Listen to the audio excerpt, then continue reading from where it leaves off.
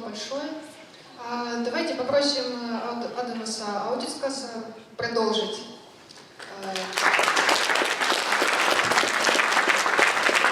Измены экономики. Министерство, которое для меня лично субъективно является лидером в реформах в Украине. А можна ще одне питання, будь ласка? Можна? Що ви думаєте щодо лібералізації таких ринків дуже чуттєвих у суспільстві, будь-то зброя, проституція?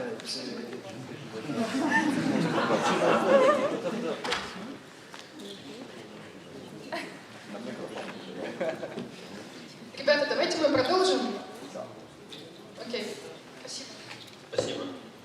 Я буду говорить на английском, мой русский еще не очень хороший.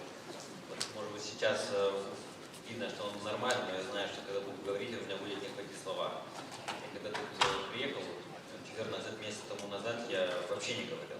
Я понимал, потому что я родился в Советском Союзе. Я учу, просто не так скоро, я не такой талантливый. Меня как-то с языком просто не очень везет. И я приехал, я понимал, а говорить не говорил. Сейчас уже говорю, но делать какие-то лекции на русском языке мне будет сложно. А на украинском будет еще сложнее. Давайте тогда я переключусь на английский. I will talk about state ownership, about state-owned enterprises today. And many people say that state ownership is evil. State businesses are evil. And also people say there is no progress in Ukraine. And I disagree. If you look back 30 years ago, all businesses in Ukraine were state-owned. Right now we have only a few percentage of businesses that are state-owned. So progress is huge. But relative progress maybe is not as huge because other countries moved much further away. And as people say right now that you have to move very fast, you have to run very fast just to stay in the same place. So this is my opening. Maybe a few words about myself. I am a Lithuanian with a baby face. I'm 33 years old, but people usually say that I'm a bit less than this. This was one of the key problems for me to become a deputy minister in Lithuania, because people will be smiling at you. They will say that 14 years old. And my minister said you should at least grow beard. He said beard does not grow. So I have experience in corporate banking, investment banking, and management consulting. But after some time, I decided to join government as a project. I become advisor to the minister in Lithuania when Lithuania met with a huge financial crisis in 2008. Government started thinking on how we're going to work with this crisis. So what they do, they started very big austerity measures. They reduced spending, hugely reduced. So we reduced pensions 15%. We reduced spending for public servants around 70%. And that is quite huge. When you say that your pension will be reduced even 5%, that's already huge. 12%, that was enormous. This was one of the reasons why our government was never elected after that, because that was just too scary for people. The government also thought, okay, so we engage into austerity measures. We're going to reduce spending, but we need to increase spending somehow. And then politicians realized we have this forgotten side of the balance sheet, state assets, real estate plus government businesses. And Minister of Economy back then, I knew him a bit, and he asked me to help with this reform. And he asked me to come and join his team and said, go and do it. Fix this problem. And I was alone. But with time, I managed to comprise a team of 5 people, and we started to work. And in 2 years, we achieved quite good results. We increased dividends from state-owned enterprises 15%. Just to compare Lithuania and Ukraine, Lithuania is per population is 14 times smaller, but dividends in Lithuania were 5 times bigger than Ukraine right now. So that was quite a good result. After some time, I came here. I knew Minister Adomas Auditskas from before coming here. he knew me, that I was working in Lithuania and helping to do this reform in Lithuania. He asked me to help. He said, fix it again. Fix this enormous problem. And we started to work. But maybe before going to the Ukraine, since it's a lecture format, maybe I will spend a few minutes discussing about general theory framework on how state-owned enterprises are managed. So there are three different models on how state-owned enterprises are managed. There is a decentralized, traditional model, and we have this decentralized model here in Ukraine. It's when different ministries manage different companies. Usually it's by sectoral logic. If, for example, there is a Minister of Infrastructure, the Minister of Infrastructure manages infrastructure businesses such as railway, such as airports, and so on. If it's Minister of Energy, they manage energy assets. This model seems as it's logical, because if you have sectoral specialists, people think that, okay, most likely they understand businesses as well, so this is why they're good, they're well fit to manage these businesses. But this is very wrong wisdom, because managing companies at shareholder level is absolutely different competences that you need. It's not sectoral expertise that you need. You need corporate governance. Basically what you need to create internal capital markets for management of these companies. You have to set proper incentives, you have to supervise them all the time, so it's these different competences. And sectoral ministries usually never have these competences because it's difficult to get. Look at private equity funds, how much they pay for management of these funds. They're very expensive people, and you cannot get these people at each ministry, especially right now when, because of the currency devaluation, compensation in ministries is $200. You will be never able to attract such a talented ministry. And you have other reasons why these people will never come. So this is the wrong model. Also, with this model, there are conflict of interest that ministries have. For example, if you are Vice Minister of Energy, or Deputy Minister, as people call it in Ukraine, and you're responsible for liberalization of electricity market. On the other hand, this is one of your responsibilities. On the other hand, you have responsibility to manage Central Energo, because Central Energo is owned by Minister of Energy. And you know, if you're going to liberalize market, your company, which is very weak, it cannot compete with private sector, most likely it will suffer. But you also judge on how you manage the Central Energo. So you're not sure what to do, because if you make liberalization, then assets will not be managed as efficient. So this is why you have this constant conflict of interest. And usually, the other thing is that when ministries have state assets, it's very difficult to get money from budget, but they have to implement certain projects. For example, build electricity network, or do something else, just infrastructure projects. And it's very difficult to get money from the budget because Natalia Yaresko says, no, we cannot give you any hryvnia because MWF does not allow us. So what ministers do, they think, okay, so we have our own budget, and this budget is in state-owned enterprises. And then they engage in non-commercial projects. They do projects that are needed for the state, but not for the company. And then you have wrong incentives. And then you have mess, because companies do not understand what for they are, for profits, or for some other reasons, and you have mess. This is why companies usually never manage very good in this model. You have the other model, which is it's sectoral. One sectoral ministries manage state-owned enterprises, and you have some coordinating institution that coordinates management of these companies. They usually work with standards on corporate governance, on transparency, on nominations. They act as central authority that set policy on how to increase efficiency of state-owned enterprises.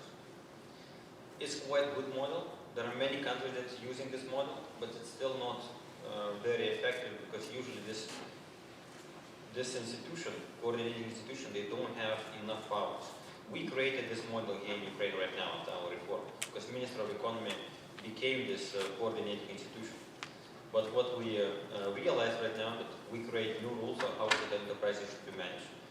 But ministries don't work according to those rules. For example, we started audits of all state-owned enterprises.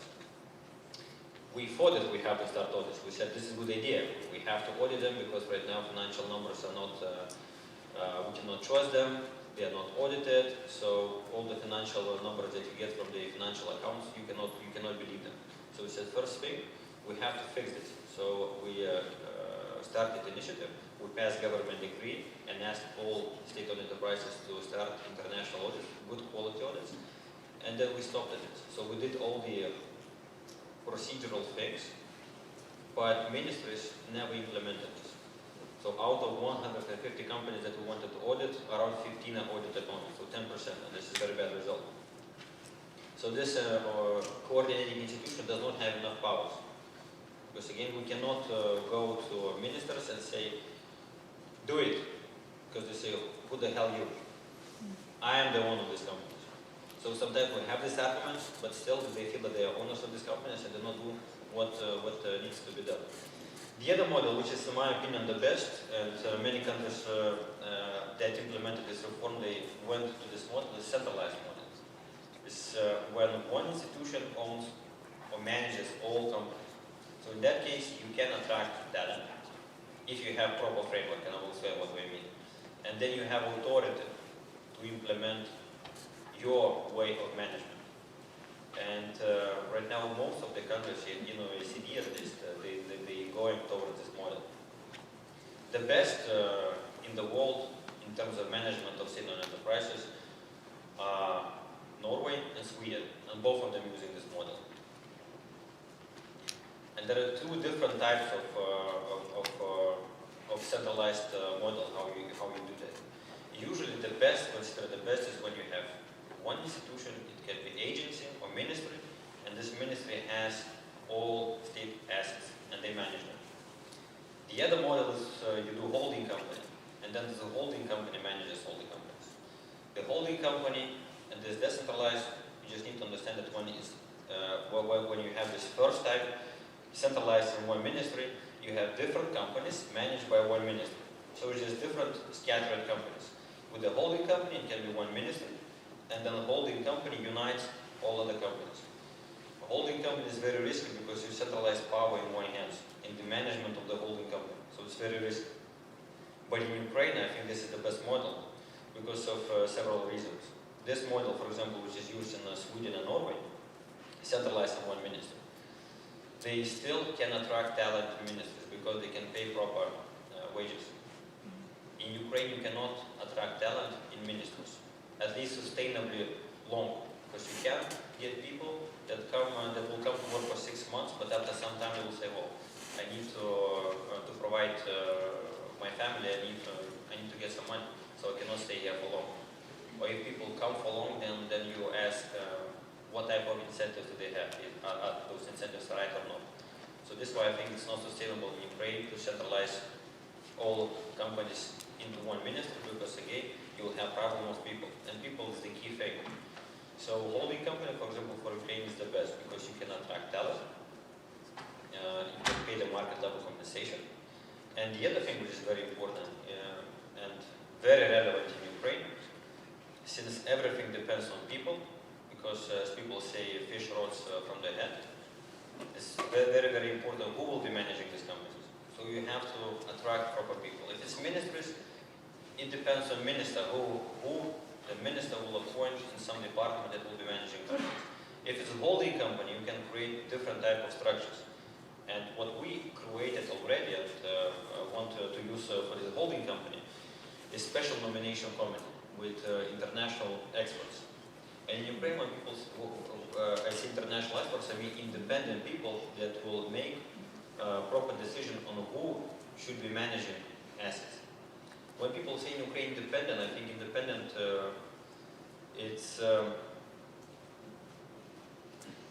very wide word. It's difficult to say who are independent. And I think very few people in Ukraine are independent.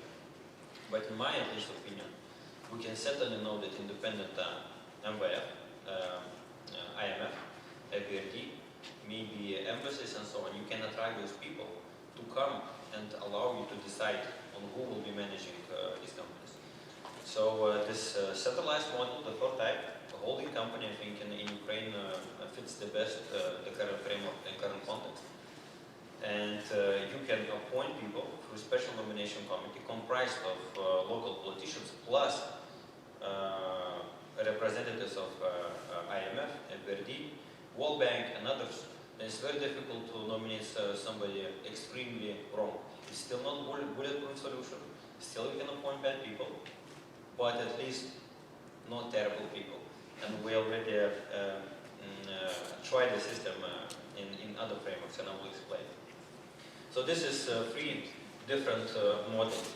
But what's very important, what I realized is that companies are managed in different efficiencies, not only because of different models, but the key thing is, of course, culture in countries. And for example, Denmark, they have this decentralized model, and you have Norway and Sweden, they're neighbors, they have the same culture. And management of companies, in terms of efficiency, is about the same. So what it says to you, that model is important, but what's more important is culture. Because in Sweden, people do understand, they have assumptions, they have culture. Culture is mutual assumptions on how things should be done. And they manage companies quite efficiently, even in this decentralized model. They don't intervene, politicians don't intervene in the management of these companies. They allow businesses to run their own stories. So this is three different types of three different models on how state-owned enterprises can be managed. Now, maybe a few words on what we have in Ukraine. Ukraine has 3,000 companies, state-owned companies, and it sounds like a lot, but in reality, I think it's not true. We're misguided by this number because only around 50 or maybe 100 are relatively big companies that matters. All others do not matter. We just need to sell them in 3 days if possible. But we don't have special legislation for this. Because if you look at those small companies, let's say 2,000 companies, 100 companies that matters, and others that don't matter, in my opinion. It's 1,900 companies. All of the assets, all of the revenues combined comprise around 7% of all the sectoral revenues. So those are very small companies with some rotten real estate in the village of Zaporozhye. They're not really crown jewels. So we're misguided usually with this number. People think that sector is huge, but it's not huge. If you compare with France or Germany or Poland, they have about the same size. They have relatively few big companies, and they also have lots of many small. They don't even count them as state-owned. For example, I discussed with French officials, they say, we have 60 companies. And then we went through the list, one last we discussed, and they said, by the way, we have this garbage as well, 1,000 companies. They never discuss about them. And they cannot privatize them because of various political reasons. They also do have lots of issues with those companies. So it's important to understand that it's not very huge sector. We have concentration in very few big companies in Ukraine. Performance of the sector is very bad. In 2014, net loss was $5 billion, and relative to Ukrainian GDP, this is enormous figure because GDP right now is less than $100 billion. While potential, if you would be private investor and if you would be managing this amount of companies, this size of capital, you can at least get $5 billion of profits. And we estimate it very simply. We just look at book value of assets. We don't have market value because there is no audits, there is no valuations. We just look at book value. And we know that book value is undervalued in a very big figure. And we just applied average market rate of return. And this is how we get this $5 billion. So now the difference from the result that we received in 2014. 2015 figures are not available, but they will be around 700 million loss still. So I still discuss usually about 14, even though 14 passed a long time ago. So the difference is for $10 billion. Some of this difference can be explained by non-commercial functions. For example, Naftogaz can explain most of it. They buy gas at very expensive and sell cheap. So this is not even business, right? We say government business, but it's not business. This is monkey business. And state-owned enterprises should not engage in this. But it was very convenient for politicians, so they started using state-owned enterprises for their own political objectives as tools. Other companies also have some non-commercial objectives. The best example is Ukrzheleznica. They have passenger transportation. Passenger transportation is also non-profitable function. So they also have some loss because of this. If you would be a private investor, you would stop these activities because they do not generate any profit. But the other part is just purely inefficiencies and corruption. So you can say that, okay, just ballpark, let's say that 50% of it is explained by non-commercial functions, but the other 50% is inefficiencies and corruption. So this is how much you can get if these companies will be managed efficiently. As in private sector, this is the definition of how they can be managed efficiently. Now, again, maybe a bit of theory. What problems state-owned enterprises have? They have the same problems as private businesses, plus some specific ones. First problem is information asymmetry. And information asymmetry, I will explain what exactly that means. It's the key problem that you fight with corporate governance. Corporate governance will use a tool to fight information asymmetry. And information asymmetry is very simple. You have management that controls most of the information in business. And you as a shareholder, you appointed this management and you want them to work towards your interest, towards what you want as a shareholder. You want profits.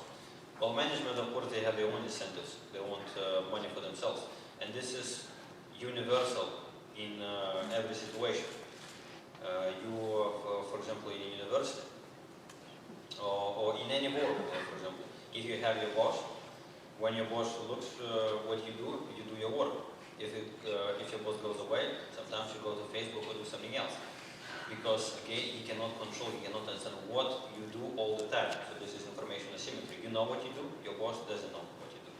And because of this, you have potentially to act in different ways, not in the way that your boss wants. So information asymmetry is the key problem for corporate governance, the key problem for businesses. And private sector, with 400 years of corporate experience, they created a corporate governance structure that fights this. And basically you have shareholders that appoint supervisory board or board of directors. There are different types of this organ. They appoint board of directors, so supervisory board, and then supervisory board appoints management. And management responsible for managing of business. But supervisory board, they have fiduciary duty to shareholders. They are there to control management, to understand every step what management does. And when you have an efficient board, then management understands, I cannot do what is wrong, because board will understand that they will remove me. And in this way you align incentives, align interest, shareholder and the management. In private sector, you also have different tools. You list companies in stock exchanges, and this also acts as an instrument to fight information asymmetry, because you have analysts, you have minority shareholders that analyze performance of these companies, they produce information publicly, and management also understands if we will make wrong decision, certainly people will understand that we're making a wrong decision. So in this way, you also fighting this information asymmetry. The other problem is misaligned incentives. A bit related with information asymmetry is that, again, management wants good for themselves, while shareholders want good for themselves. So what you do in private sector, you just align interest through incentive-based compensation schemes. You say, if you have profit, part of this profit will go to management. And that's a very, very good way to align incentives. What's very interesting to me is, I used to think, why CEOs, some CEOs of some big companies receive such a huge compensation packages. $100 million, $10 million, or $15 million, or whatever. It's usually millions, it's big companies. And I thought, whether you will get better talent if you pay 100 million compared if you pay 10 million. I'm not sure, I'm not convinced that you will get better talent. But then I realized it's just a way to align incentives, because if you're head of a very big company, you just need to step a bit, one step here, get your billion, and come back. But this is a bit risky to do that, because some people may understand that you're doing wrong things, especially if you have corporate governance. So your expected value, taking account of risk that you will be caught doing some corrupt bad things, and in the corporate sector that it happens all the time, and the compensation, potential compensation you can get, let's say in a big company, would be $100 million. And shareholders and board understands that, and they say, we will pay you $100 million for you just not to think about this, even stepping. That's why they pay such a big compensation. And what's very interesting with state-owned enterprises is that for this to work efficiently, you have to make risk of stepping here, doing level thing, right? Wrong thing. It should be very risky. It should be very risky that you'll be caught. It's in state-owned enterprises, this does not work, because management constantly engages in bad things, and they never caught, they never punish. So expected value, how much they can get in doing this level thing, is very high. So in theory, to match this, you have to pay much more than in private sector for management. But of course, this is not possible. You cannot sell that to people. We will never pay $500 million for management of state-owned enterprise. That would be nuts. So, but still, this is interesting realization. So, to make this expected value less of doing a wrong thing, you have to have strong internal controls. You have to have strong corporate governance, and you have to punish people if they do wrong thing. So this is second problem. The third problem that mostly relates with state-owned enterprises, not with private sector only, because those two other problems, they relate to both state-owned and private sector. The third problem is not clear objectives. In private sector, everyone knows why we have businesses, and people don't even ask this question. Of course, it's just to have profits, to make more money. In state-owned, it's very different, because some politicians say this is government-owned businesses, so we should not care only about money, we should care about social things, some national security things, and a variety of others, maybe even religious. And usually those other objectives are not clearly defined. People have as many different objectives you may find out. So, and this is a very big problem. It seems this is a problem only in theory, but in reality, in practice, this is a huge problem. I was also part of biggest electricity holding company. I was chairman of biggest electricity holding company in Lithuania, and I remember we discussed investment projects at the board. And I just joined the board, and we were provided several investment projects. And we were discussing them, but there were no criteria for return on investment. We were discussing various things: reliability of electricity, reliability of supply, national security things, but no return on equity. And when you value various investment projects according to this mystical KPIs, mystical objectives, then your decisions, I'm sure, will not be optimal. Because you have to have one measure according to which you value all businesses. This is return on investment, how much you will earn from this. And this, at a very high level, when you don't have these objectives, you engage in wrong businesses, you engage in wrong activities, and then these wrong activities provide you with bad results. So this is why it's so important to have one overriding objective. Now with state businesses, sometimes it's difficult to have only one profit objective. But if you have others, you have to state them very clearly.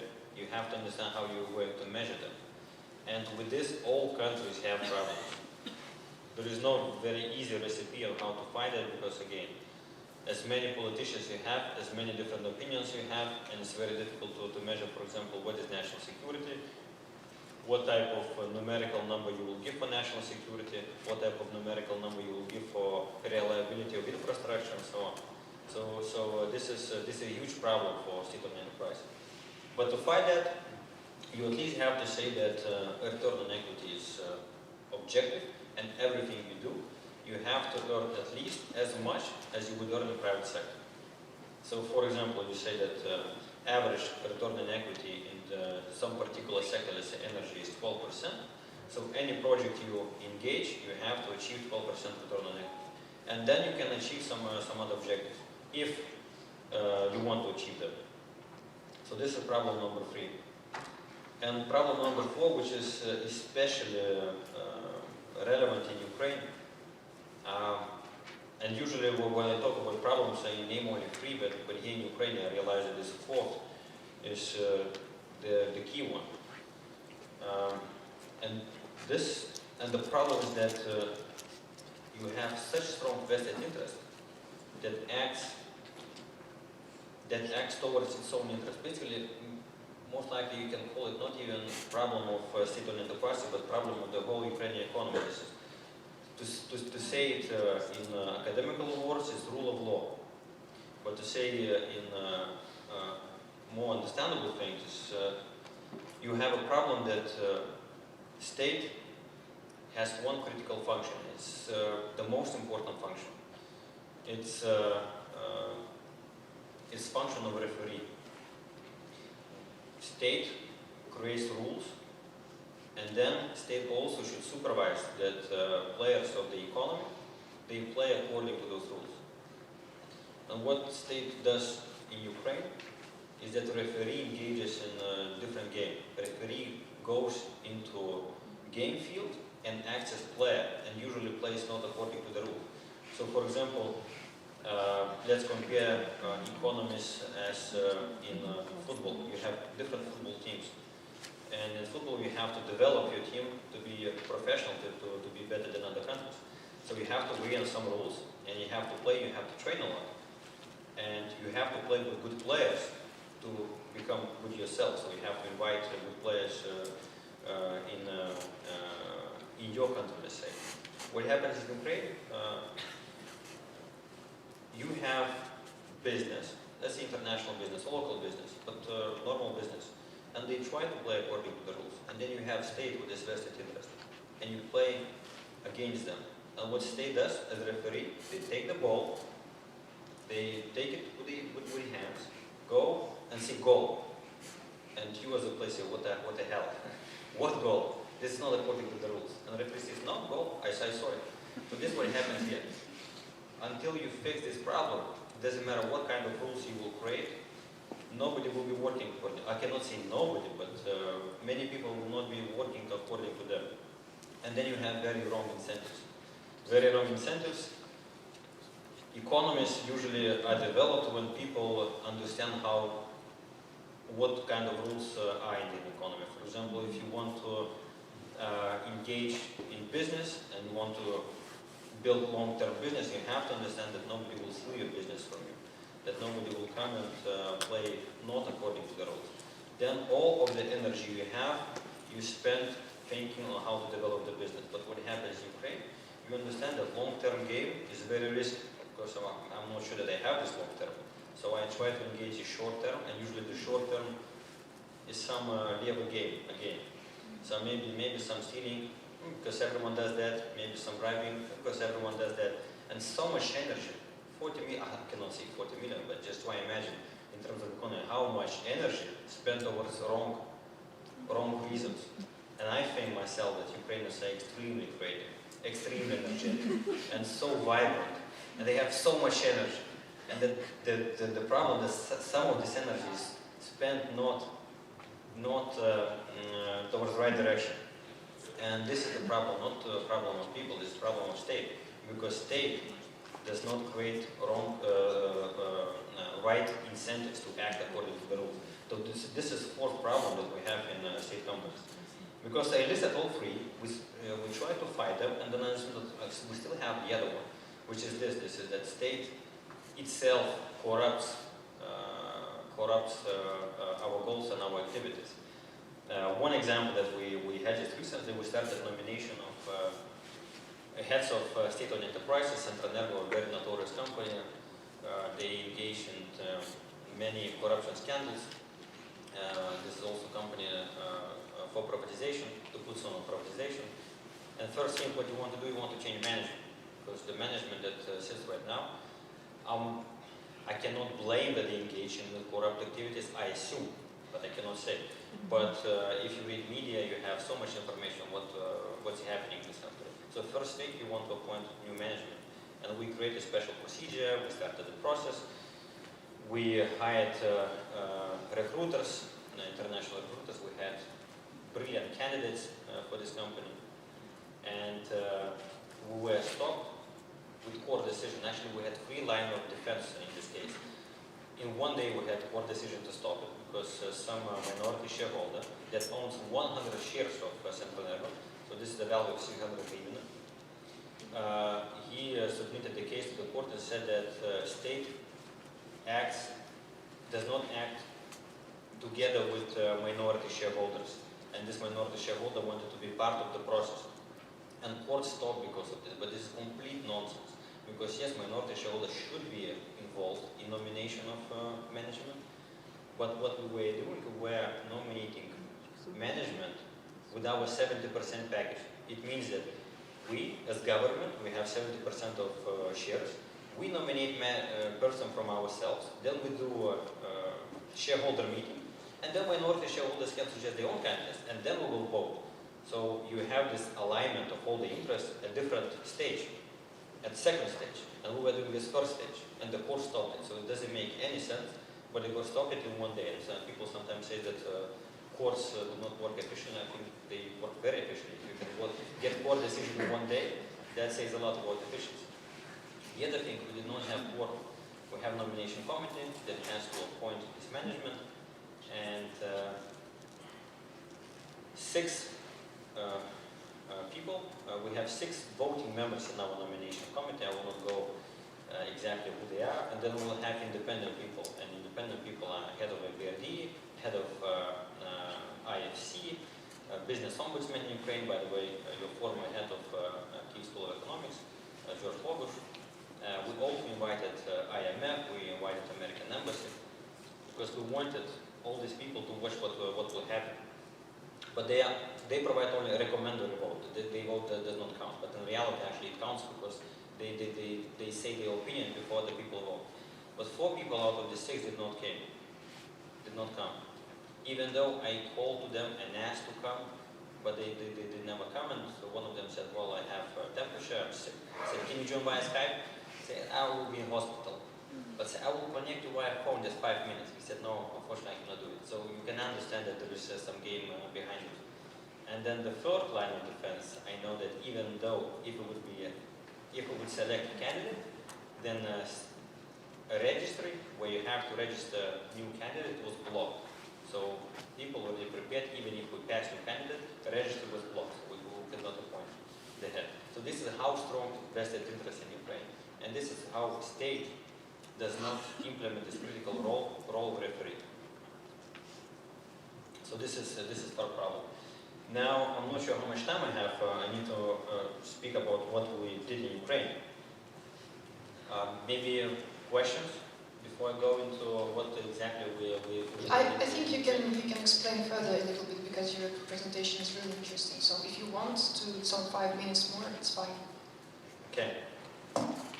So when I came in Ukraine and I was asked to fix this sector, I was alone. First thing, I needed to get a team of people, and I was quite successful in this. Right now, we have 15 people, but just a few months ago, we had 20 people. So we built with the team very quickly because of help of donors. We discussed with Soros Foundation, we discussed with SIDA, Swedish, with the JZ journals. Funding was never a problem. I'm saying this because I think it's very important if you will ever think about doing something for the government. I think funding is the least of the problems. You can always get it. if you yourself credible and understand what you do and people trust you. So we managed to get a good team. And first thing, we started with transparency. We passed legislation to make all financial accounts of state-owned enterprises public. And right now 70% of companies provide the financial accounts public, but quality of these accounts are terrible. Just to give you an example, for example, OPZ company that will be privatized. OPZ is one of the biggest producers of fertilizers in Ukraine, Odetskiy Proportov Zavod. The equity value, book value, is $20 million, while market value of the equity is around $500 million. So this is an example of how bad financial numbers are. So balance sheet, you cannot trust any number. P&L account, profit and loss statement, some trust, but balance sheet you cannot trust. And then we launched audits. We wanted to audit companies, but we discussed about audits. We passed all the required legislation, but it was never implemented efficiently. So we have only 10% of companies audited. And then, of course, also what we did, we united MWF, MBRD, and others to push for this audit. And right now, I think that they will not allow government not to implement it. So we're moving slowly, but I think it will be done. It just will take more time than we expected. I also discussed about this alignment of interest, and I think it's very important to discuss about remuneration. We changed remuneration system on how management are remunerated. Before it was that heads of state-owned enterprises were paid on average $2,000 a month. So if you're head of Energoatom or head of Naftogaz, the pay was $2,000.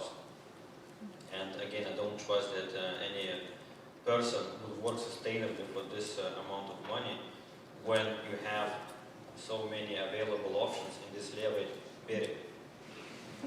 And this is so strange when we want to remove management, and they usually go to courts. They pay to courts $50,000, $100,000 just to get back. So of course they're not working for this official remuneration. We changed that. Right now we can pay market level compensation. For Ukrzhelezniца on Naftogaz it can be more than $1 million. It's maximum. We just set maximum ceiling. We don't say that everyone should receive maximum. But we also understand that it's quite difficult to sell that to public and explain why you pay for inefficient companies such big compensation. And we set rules that only 25% of the total compensation can be fixed. The other part, 75%, should be bonus based. If you show results, then you get your pay. If you don't show results, then you don't get the pay. I think it's no-brainer, and it makes sense. So right now it's possible, it's available, and some management already receives this market level compensation. We also started to work on corporate governance, building strong supervisory boards to fight this information asymmetric problem, to also insulate politicians from management, because when you have strong board, for politicians it's more difficult to intervene. They still intervene, they still find ways, but it's more difficult. So we prepared law, we passed it in the parliament, and the president vetoed it. So right now it's not available, but soon we will pass it again.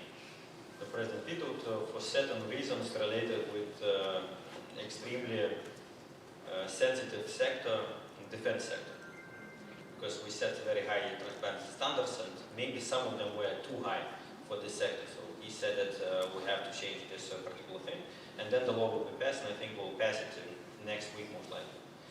And this law will allow to build strong supervisory boards, but we already started pilot case with Naftogaz. We appointed a very strong board right now. It meets first time 10th of May.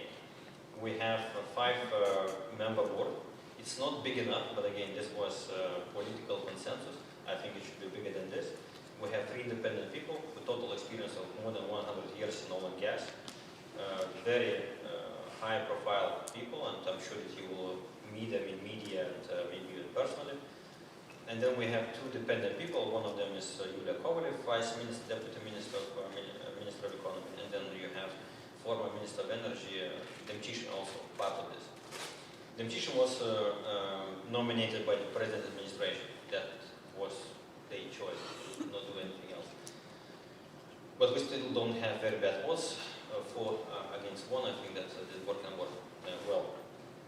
So we built this board. We started many other things in Naftogas, building strong internal controls, and I know that Kobylev will join you at 3, I think, and he can discuss more about what exactly we did and what his plans to do with Naftogas. I think Naftogas is one of the best, not one of the best example of state-owned enterprises, considering governance, what they're doing with governance, and considering what they're doing with gas market. They already implemented very important step towards efficient gas market. It's not done yet, but they at least managed to stop the biggest source of corruption in Ukraine. The biggest source of corruption was always gas intermediaries. So they stopped this, and I think this is a very, very important achievement. The other thing, we started initiative with privatization. We always said that state assets should be managed according to 3 principles. First thing is that state ownership should be exception rather than the rule. You have to understand why you have companies, why you have state-owned companies. If it's only one reason, make profits, this is the wrong reason. You have to sell them because government will be never efficient on it. And even people in Sweden and Norway discuss with them many times, they say that still private sector is more efficient than they are, even though Norway and Sweden are considered the best in the world. So businesses should be managed by private companies. But if state has other reasons, I'm not sure that, for example, Ukrainian railway can be privatized because it's they control infrastructure, critical infrastructure. So this is a question of accidents. For example, Britain privatized its railway system in the 80s, but that wasn't considered as a success because they had many bad cases with quality infrastructure. They had many accidents, and then the state nationalized back infrastructure. The other thing, then you have problems with national security because you have this friendly neighbor in the north, and you don't want them to control your critical infrastructure. This is also one of the reasons why some assets should be in state hands. And then the other thing is that some companies are natural monopolies. And natural monopoly is a very big problem for the state because you can have corruption in state level, but if you privatize natural monopoly, you just privatize corruption in private hands, but corruption never vanishes because source of corruption is regulated. So how does it work? So in natural monopoly, tariffs are set by a regulator, by one person. They say you will earn this amount of money because I think this way. Of course, they have rules, what they should earn, but in reality, they decide because they have this authority. So right now, it's state. Let's say it's Oblenergo, electricity distribution of networks. The state says how much state company should earn. If it's private, then still the state regulator will say how much they should earn. And of course, understand this, you have to influence one person just to increase your tariff. So this is why if you have very weak regulators, sometimes it does not make sense to privatize them because you will not solve the problem of corruption, problem of inefficient management, because you just privatize state corruption to private sector. So state ownership should be exception rather than the rule. All companies that engage in only profitable activities and the single objective they have profits, they should be privatized. The other principle is that ministers should not manage state-owned enterprises. We always said that they should be centralized because ministries, again, they don't have incentives to manage these companies well. They don't have proper culture because in many years they were managing them in bad ways. They cannot attract talent. And in ministries on average having changes in every 11 months. So you don't have long-term planning because it's always changing. So ministers should not manage state-owned enterprises, and we always were saying that it should be centralized. We developed this management company, holding company idea. I think it will be supported after some time, but since right now we have many other big problems, holding company is not very high on the agenda, but I think it will be after some time. because IMF and EBRD already bought into this idea and they support it a lot. Then the other third principle is that companies should be managed at level playing field with private sector. State companies should not have any privileges in managing when they work in when they compete with private sector. And this means that you set them very clear objectives, you set them very clear KPIs, but when I say KPIs, I mean very high objectives, like 7% return on equity. If management does not earn this return, it should be replaced right away. So I started discussing about privatization, stopped privatization, very important initiative, and the issue with privatization, we don't have results, that Minister of Economy don't have lots of authority for privatization. We set a strategy, but we don't participate in implementation. Implementation is done by a state property fund. In my opinion, we should have new privatization agency with 12 people or 10 people. Right now, state property fund has 1,000 people and very big number of various non-related functions to them. For example, they also supervise valuator market. So valuators, if you want to have license to value assets, you have to deal with the regulator. If you have issues with valuation reports, then state property funds also deals with that. So this is not a related function with the core activities, but they still engage in them. And because of this, they lose focus. They cannot focus on things that are really important. So I think that we should have new agency with 10 people, not more. And then I'm sure that privatization will be much more efficient than it is right now. So we want to privatize most of the small companies, not all of them. So we said that all small companies should be privatized according to internet-based standard, with minimum amount of information, as much as is possible to collect. The price is not the most important thing for the state because you will not get a lot of money anyways. Total value of these companies might be around $50 million, so I think it's quite small for the economy. But the problems that it creates, I think every year maybe it creates more problems, monetary problems, the $50 million. So we have to get rid of them as soon as possible. And we started this together with State Property Fund. We created an internet-based platform. You can go and check, and maybe some companies will be interesting for you. You can participate in tenders. And I think you can get some rotten real estate in village of Zaporozhye for quite cheap if you need one piece. Then with other companies, with big companies, those that are for privatization, I think the key objective is to attract foreign direct investment.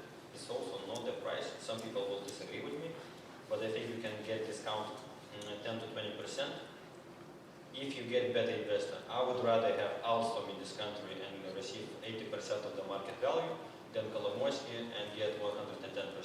Because I'm sure that Kolomoisky will not be using this asset in a right way. So you want to attract foreign direct investors, and of course you want to get market level compensation for this. And we're working right now with OPZ. The progress is quite advanced. In May or June, we expected to sell this asset. We already have many international buyers that are interested. So, as I say, progress is quite advanced. We have UBS, Bulge Bracket Investment Bank as lead advisor. And June, May, we should privatize it. Then we have other companies in privatization list, big ones such as Central Nervo, where we have big political issues with this. And I don't believe that it will be moving very fast with this current government. Maybe after we have new government, it will be moving much faster because it seems that this company is just too closely related with current politicians.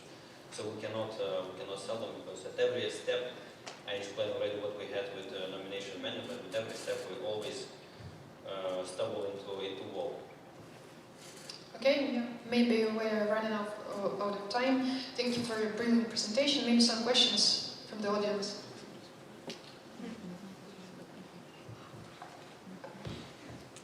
Is there any call to action from your side to this audience? As after your lecture, I see there are many problems, and probably here we have 100 or 200 of people, from students to professionals, who may somehow help you with communication or other stuff you need in your position to make our country successful. course. I think that it's brilliant that Ukraine has such a vibrant civil society, but sometimes it's not united. You have so many things happening in this country, various reforms, and civil society is not united towards one thing. If it unites one thing on one thing, I think then you get the thing done, and then you can start focusing on other. So I think what would be the best if you can unite these people, and then we can come up with the idea what exactly we can do, because this is, I don't have a plan. Usually you have to sit down and think what to do, and then depending on context you have to change the plan, but you still have to have a group of people that will be supporting you. So I think first thing, you have to unite somehow, maybe it's a Facebook group or something else, and then choose one topic and say this is our objective, let's get it done. And I think 200 people, taking into account that we have maybe on average 200 friends in your Facebook accounts, maybe 1,000, whatever. So that's a huge amount of people you can consolidate. And if you can consolidate those people, you can really achieve some objective. For example, you fixed one, you set objective on one thing, change management of central nervous. And everyone change management of central nervous.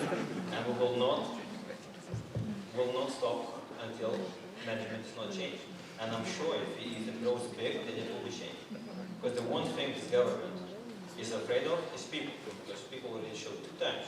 You should not play with people. It's quite dangerous. So first you have to unite, and if it's a strong instrument, strong unity, I'm sure there are a number of projects we can come up with. So if you would be leading this consolidation effort, please do it, and when it's done, let's get in touch, and I'm sure that we'll come up with many great ideas.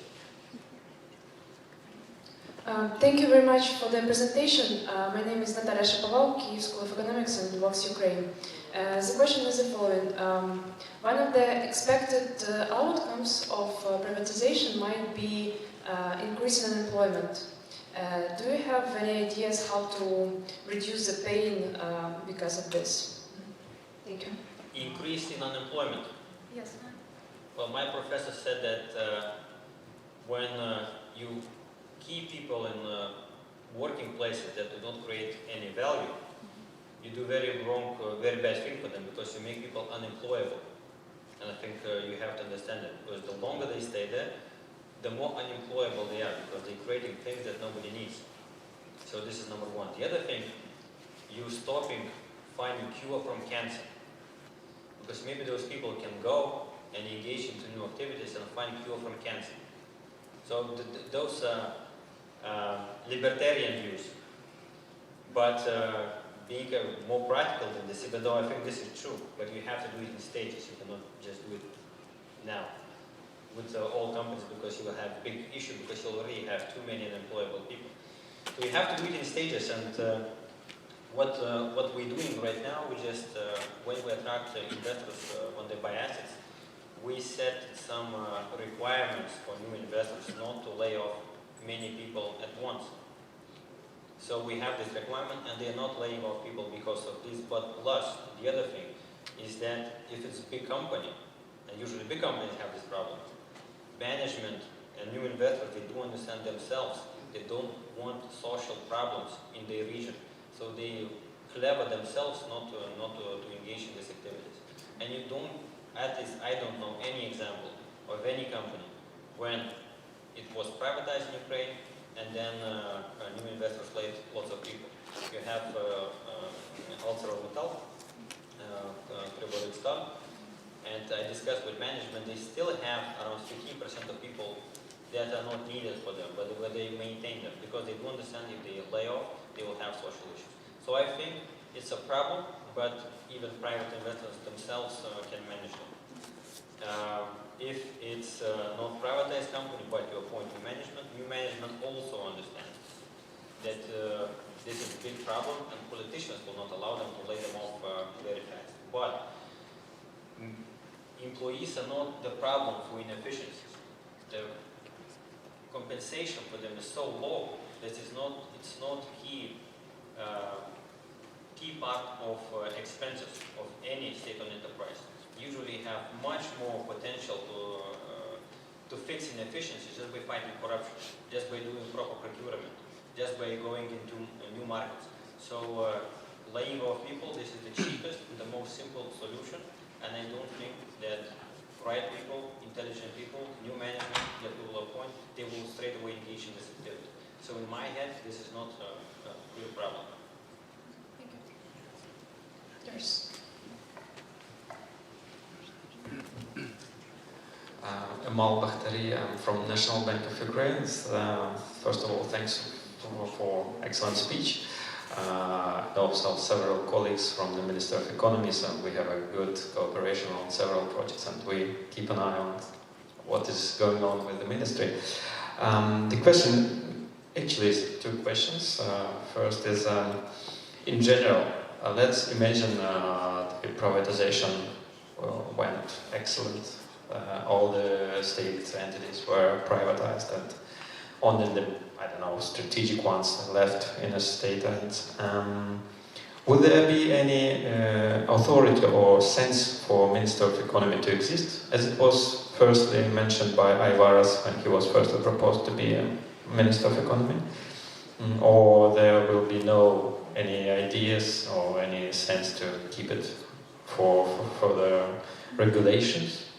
Especially when we say about the deregulation of markets, so you know this story with scrap, etc. And the second question is just easy: are you going to stay for another kadention with this government, or you have other plans to leave the ministry? Thanks. Well, first thing as a joke, you know that Aivaras people see that he is an investment bank. Actually, he's not investment banking, he's an investment manager. Two different competences, but people call him investment bank. And Minister of Economy, when you say Minister of Economy, people think that Minister of Economy is Minister of Macroeconomy. So fiscal and monetary policy. And monetary policy is managed by your institution. However, I think after he sells all the companies, he will do a hostile takeover of central bank and really consolidate all the policies needed for real macro economy management. No, but it's a joke. In reality, Minister of Economy should not even engage in the management of state-owned enterprises. This is a very small function, but it rose right now because of the huge problem we have. And if we sell all the companies, Ministry of Economy will engage in real activities, in the activities that it should engage much more than we engage right now. But I will explain that because of what reasons we cannot. Minister of Economy, coming back to my joke, it's not Minister of Economy per se, it's Minister of Microeconomy. We deal with SMEs, with small and medium enterprises. We deal with exports, investments, which is part of macro itself. We deal with industry a bit. We deal with public procurement and many other very important policies. While Ministry of Finance is much more Minister of real economy because we control fiscal policy, and then central bank controls monetary policy. So Minister of Economy first, we should provide guidance for the economy and then unite, coordinate all institutions together with central bank, together with Minister of Finance. That would be a real role, and I think with time, Minister of Economy can get this role do it more efficiently. Right now it's not too efficient. The other very important thing is investments, especially foreign direct investments. I don't know any country, post-Soviet country, that is successful without attracting foreign direct investments. Because foreign direct investments is not only about money, it's about new technologies coming to the country. It's about new corporate governance culture, which is very important. All the best employees, employers in Ukraine, I'm sure that they're most likely foreign. So you want them as much as possible. So for this, and for this, it's quite easy to do that in Ukraine. But just understand, we call Minister of Economy and I think sometimes we're responsible for investment, but for investments, responsibility for investments much more depends from courts and prosecutor office. Because I deal with investors myself. We were even discussing with few friends about private equity in Ukraine. But I realized that investors Even though they're interested in Ukraine, they don't want to come here because they're afraid of business environment. And the key thing is that the state does not act as a referee. The state itself goes and starts racketeering businesses sometimes. You have this issue with VAT returns, you have to pay kickbacks to get your VAT returns, you have SBU coming and asking for bribes. This is real economy, you have to fix that. And Minister of Economy sometimes don't have authority to fix it. This is up to President and Prime Minister. But after this is at least a bit reformed, and the Minister of Economy has lots of areas where to work. Exports, I think the other key thing for Ukraine, you will never get out of this economic crisis, if you do not fix exports. Lithuania was one of the best, I think the best, not one of the best example of post-financial crisis countries that managed to deal with crisis without any support from outside. We never dealt with IMF. We did it on our own, but only through exports. Before crisis, our economy became non-competitive with other countries because of high inflation, high unit labor cost, and our trade balance was in deficit 12%. And of course, this is not sustainable. We cannot manage that for a long time. But when we arrived at this crisis, we managed to peg our currency with euro, so investors stayed very happy, and we did internal devaluation, which is extremely difficult for people because you have to reduce their wages, and not nominal, but real wages. And we did that, and exports rose first year 50%, the other 40%. Compared to 2008, our exports rose maybe around 250%. So exports is the key thing that Ukraine needs, and exports combined with the investment, this is the way. And this is the key two functions of Minister of Economy. They have to work with this. And I think that exports will increase in Ukraine. Right now we lost a very important market, Russian market, and some businesses, they cannot understand. So how will work with these new markets? So if you sell this thing for your Russian customer and they understand how this thing works, right now you go to Germany and say, can you want to buy this? Say, I'm not sure, maybe I'll try, maybe, but you have to modify, you have to engage into building clients. So with time, I'm sure that you will move towards this Russian market to European market. We just need time. It will be a natural thing. But the government may help a lot with helping to set European startups, going from Russian startups to European. It's a bit technical thing, but it's important. But the most important thing is, again, is to fix this government racketeering, state racketeering, I will not say government. Okay. And what I will say, or I will stay if I will not be deported.